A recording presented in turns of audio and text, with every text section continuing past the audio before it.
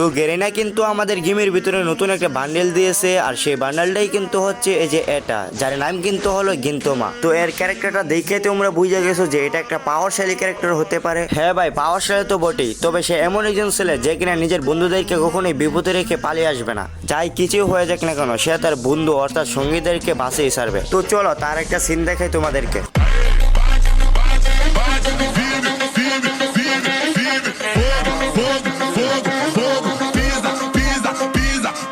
वाकुफु डूब जाए, देश बर्बाद हो जाए, लेकिन मुझे फर्क नहीं पड़ता। मुझे बस एक चीज चाहिए कि जब तक सांस चल रहे हो मैं सीधा खड़ा रहूं।